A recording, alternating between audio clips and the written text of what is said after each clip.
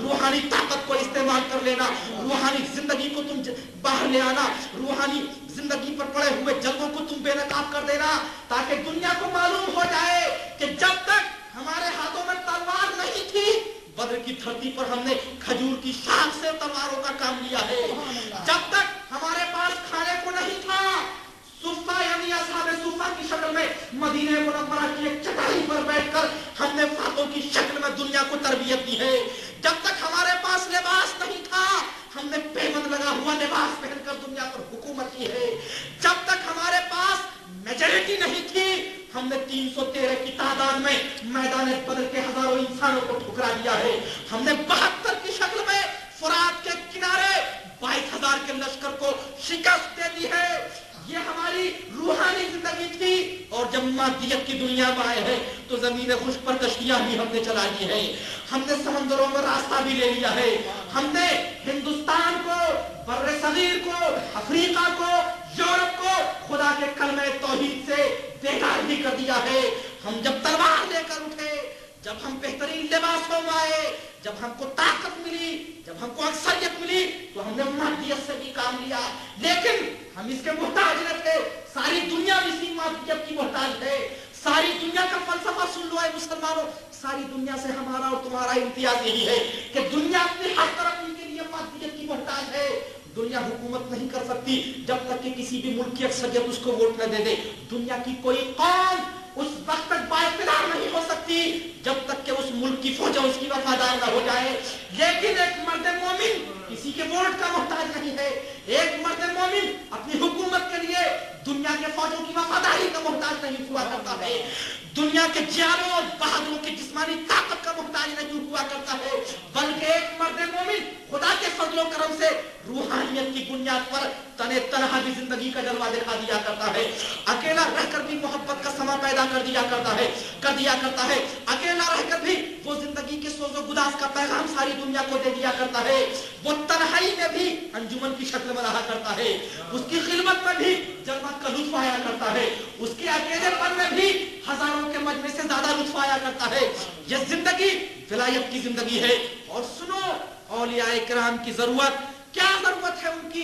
आज हम और आप जिस मादी माहौल में रह रहे हैं, आज हमारा और आपका ताल्लुक जिस दुनिया से है, जो रिश्वतों की दुनिया है, जो शराब और कबाब की दुनिया है, जो बेईमानी की दुनिया है, जो ज़िना और सूद की दुनिया है, जो झूठ की दुनिया है, जो मकर फरेब की दुनिया है, जो लूट मार की दुनिया है, जो जुल्म सितम की दुनिया है, जो बुग़्ज़ अदावत की दुनिया है, जो हसद और कीने की दुनिया है, जो कांटों की दुनिया है, जो शोलों की दुनिया है, जो नारे नमरूद के बढ़ते हुए शोलों की सुर्खी की दुनिया है, जो फिरौन के लौटते हुए मज़ालिम की दुनिया है।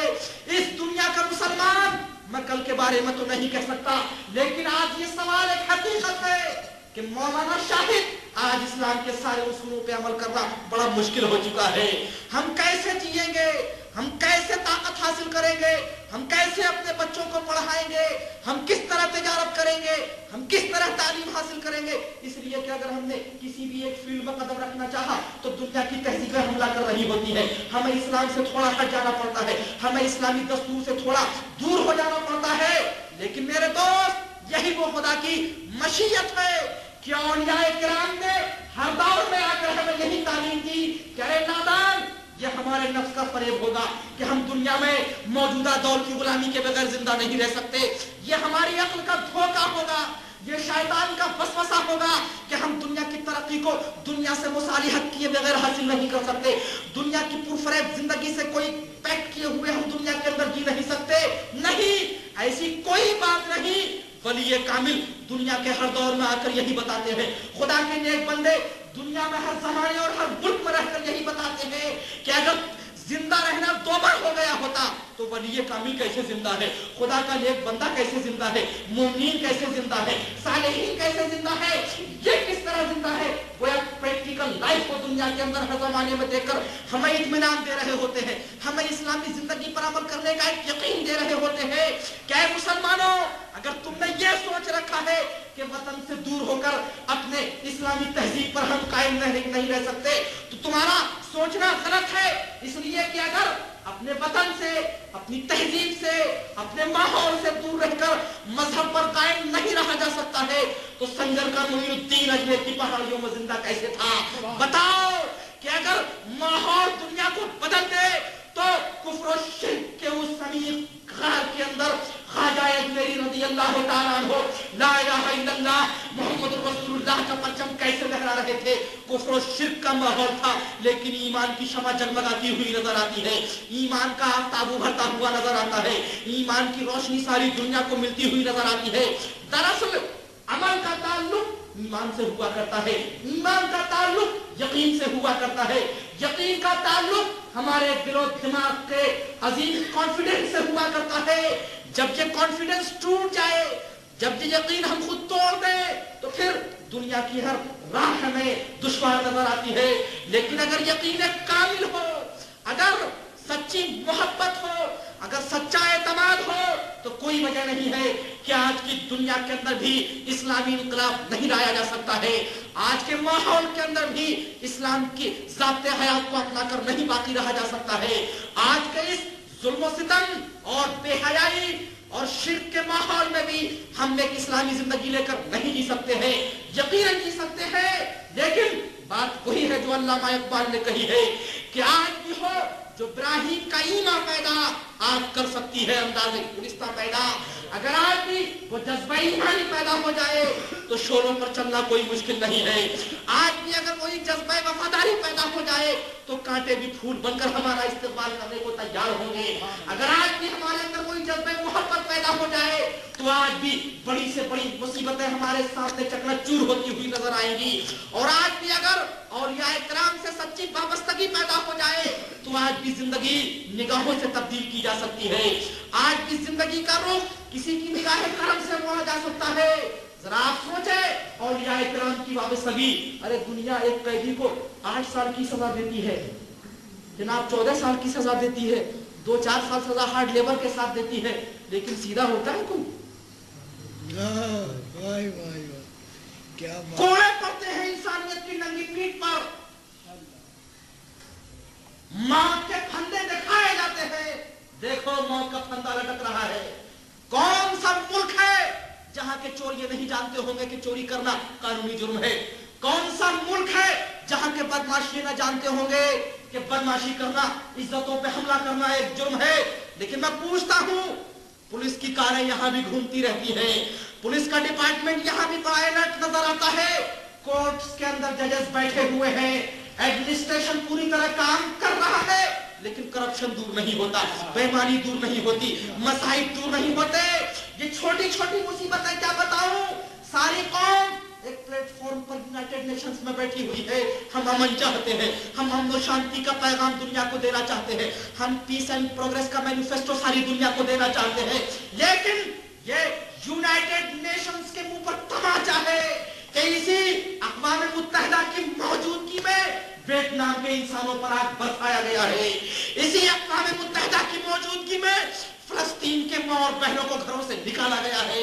फलस्तीनी मुसलमान नौजवानों के सीने में गोलियां उतारी गई है। बीरूत की सड़कों को मुसलमानों के खून से भर दिया गया है। लबनान की गली का मुसलमान बच्चा यतीम कर दिया गया।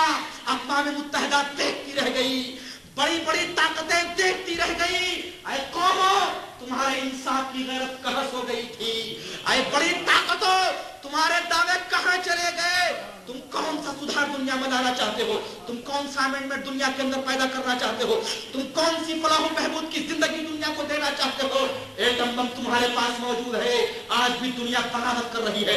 हाइड्रोजन बम इंसान के पास मौजूद है, आज भी इंसान लुटेरा और डाकू नजर आता है। मौत के फंदे पे लोगों को लटकाया जा रहा है, हाथ काटे जा रहे हैं, चौराहों पे फांसी दी जा रही है।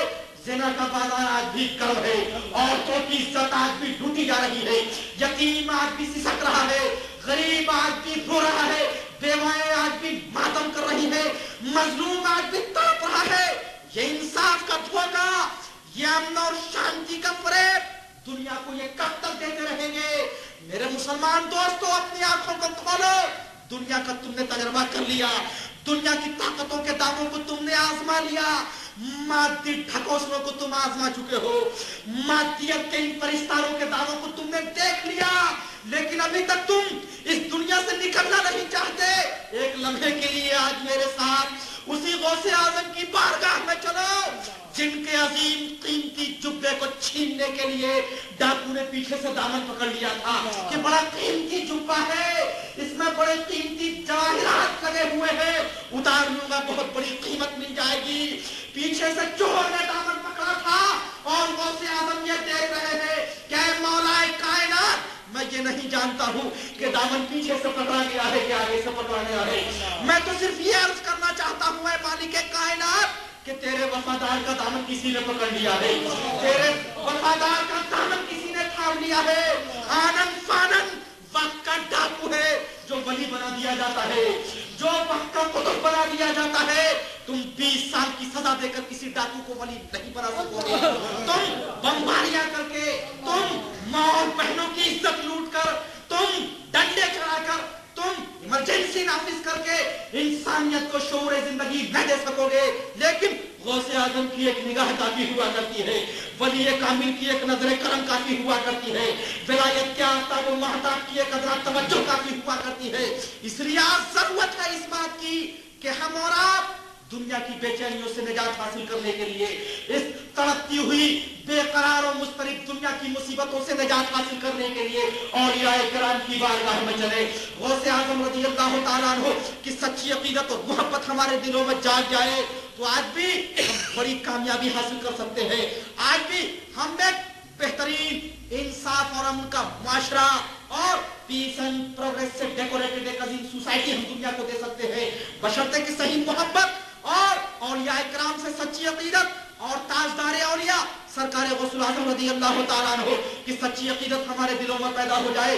इसलिए कि खूब याद रखें आप, बहुत ही डेवलप्ड और साइंटिफिक मुल्क है ब्रिटेन, यहाँ ज्यादा तौजीहात तो ज्यादा तफसीलात की कोई जरूरत मुझे नजर नहीं आती है। टेलीफोन की तार बीच में काट दी जाए तो जनाब आपका टेलीफोन बिल्कुल सही है, न उसका बोलने का आला बिगड़ा है, न उसका डायलिंग सिस्टम बिगड़ा है, सब कुछ मौजूद है। बीच से तार कट गया है, आप चिल्लाते रहिए कोई नहीं सुनेगा, वो लाख कोशिश करते रहे नहीं सुनेंगे। आखिर क्या बात हो गई, टेलीफोन इनका भी सही है उनका भी सही है, नंबर इनका भी नहीं बदला उनका भी नहीं बदला, ये भी बोल रहे हैं वो भी सुनने की कोशिश कर रहे हैं, सब कुछ सही है। तार कट जाता है तो मैसेज देना इम्पॉसिबल है। और सुन लीजिए कि अगर कोई ये कहे कि मियां ये तार तो तुम अपनी तरफ से जोड़ रहे हो, हम तो खुदा तक बगैर किसी तार के पहुंचना चाहते हैं। वायरलेस सिस्टम का जमाना आ गया, अब खुदा तक पहुंचने के लिए किसी वायर की जरूरत नहीं, हम विदाउट एनी वायर खुदा तक पहुंचेंगे, विदाउट एनी मीडियम खुदा तक पहुंचेंगे, विदाउट एनी मेटेलिस्टिक सोर्स हम खुदा तक पहुंचेंगे। हम खुदा तक पहुंचने के लिए किसी वसीले के मोहताज नहीं। तो ये मुंह और वसूल की दाल, हिंदुस्तान का एक मुहावरा याद आ गया, माफ फरमाए किसी को बुरा लगे तो, इसलिए कि दिलशदनी के लिए हाजिर नहीं हुआ हूं, लेकिन याद जरूर करूंगा हुजूर कि कितनी अजीब बात आप कह रहे हैं कि हम वसीले को मानने के लिए तैयार नहीं है, हम वसीले को लेकर चलने के लिए तैयार नहीं है। हमारी और आपकी हकीकत क्या है, हम बंदे मजबूर, हम बंदे बेबस, हम बंदे हकीर, खुदा के मुकाबले में इंसान की कोई हैसियत है? कुछ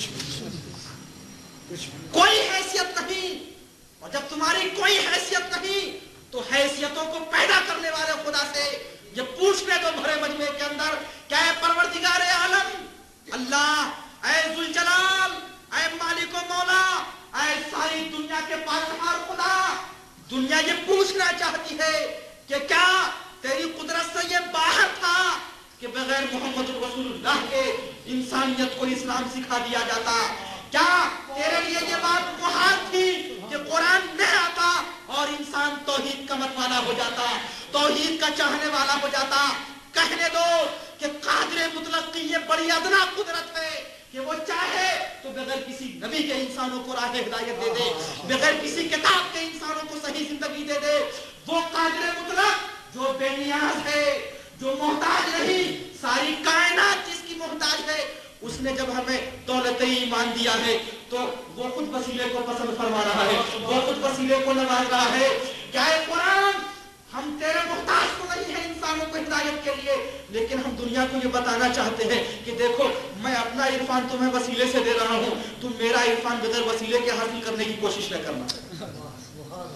आए अब्दुल्लाह के लगते जिगर, आपको हम नबी भेजते तो हमारी कुदरत में ये बात है कि हम सिद्दीक और फारूक को मुसलमान बना सकते थे मक्का के अंदर, लेकिन हमने आपको भेजकर इनसे ईमान का कलमा इसलिए पढ़वाया है ताकि दुनिया को मालूम کہہ رہے نادان، جب قادر مطلق نے وسیلے کو پسند فرما کر نوازا ہے تو تو بندے مجبور و محتاج ہو کر وسیلے کا کیوں انکار کرنا چاہتا ہے؟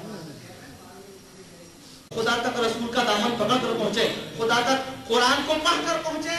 اور وسیلہ یہ تو بالکل آپ ایک سائنٹیفک ریئلٹی اور سائنٹیفک فیکٹ کی حیثیت میں بھی ہم اور آپ جان سکتے ہیں. آپ کو خوب اچھی طرح معلوم ہوگا حضور علی کہ ایک چائے کی گرم پیالی آپ کے ہاتھ میں ہے، چائے گرم ہے اور آپ کا ہاتھ بھی گرم ہو گیا چائے کی پیالی کو چھو کر، تو کیا آپ یہ کہہ سکتے ہیں کہ چائے بھی گرم ہے اور چائے کے کپ کو پکڑنے کے بعد میرا ہاتھ بھی گرم ہو گیا ہے لیکن چائے کا پیالہ گرم نہیں؟ Is it possible؟ ناممکن ہے یہ بات. چائے کی گرمی آپ کے ہاتھوں تک اسی وقت آ سکے گی جب چائے کا پیالہ گرم ہو جائے، اور اگر پیالہ ہی گرم نہ ہو سکا تو آپ لاکھ ہاتھ لگاتے رہیے، چائے کی گرمی آپ تک نہیں آ سکتی. کولڈ ڈرنک کا کوئی ڈبہ ہے، جو چیز اندر ہے وہ ٹھنڈی ہے، آپ نے ہاتھوں میں ٹھنڈک محسوس کی تو کیا اتنی ہی بات ہے کہ وہ کولڈ ڈرنک ٹھنڈا ہے اور آپ کا ہاتھ ٹھنڈا ہو گیا اور وہ ڈبہ ٹھنڈا نہیں ہوا؟ ایک بھی ایسی مثال آپ نہیں دکھا سکتے سوائے تھرمس فلاسک کے.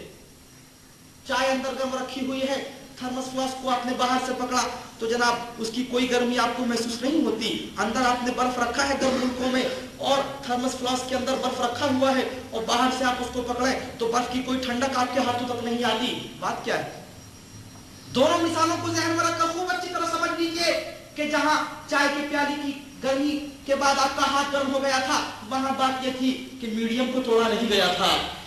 پارٹیکل سے مسلسل ایک ربط اور ایک تعلق برقرار تھا مستقل طور پر، لیکن تھرمس فلاسک میں چائے ڈالی گئی ہے، باہر اور اندر کے درمیان ایک ویکیوم پیدا کر دیا گیا ہے، ایک خلا پیدا کر دیا گیا ہے، وسیلے کو توڑ دیا گیا ہے، میڈیم کو وہاں ختم کر دیا گیا ہے. تو گرمی موجود ہے لیکن آپ گرمی حاصل نہیں کر سکتے، ٹھنڈک موجود ہے لیکن ٹھنڈک آپ حاصل نہیں کر سکتے. اور جب یہ وسیلہ نہیں ٹوٹے گا، جب ٹرانسمیشن آف ہیٹ کے لیے ایک میڈیم آپ دیں گے، جب ٹرانسمیشن آف کولڈ کے لیے ایک پارٹیکل کا مسلسل میڈیم آپ دیں گے تو گرمی بھی آپ کو مل رہی ہوگی، ٹھنڈک بھی آپ کو مل رہی ہوگی. یہ دنیا کی گرمی اور ٹھنڈک ہے. میرے دوستو، اگر جلال ایمان کی گرمی چاہیے اور جمال ایمان کی ٹھنڈک چاہیے، اس کے لیے بھی وسیلہ ضروری ہوگا. جہاں وسیلہ توڑ دے، جہاں تم وسیلے کا انکار کرو گے،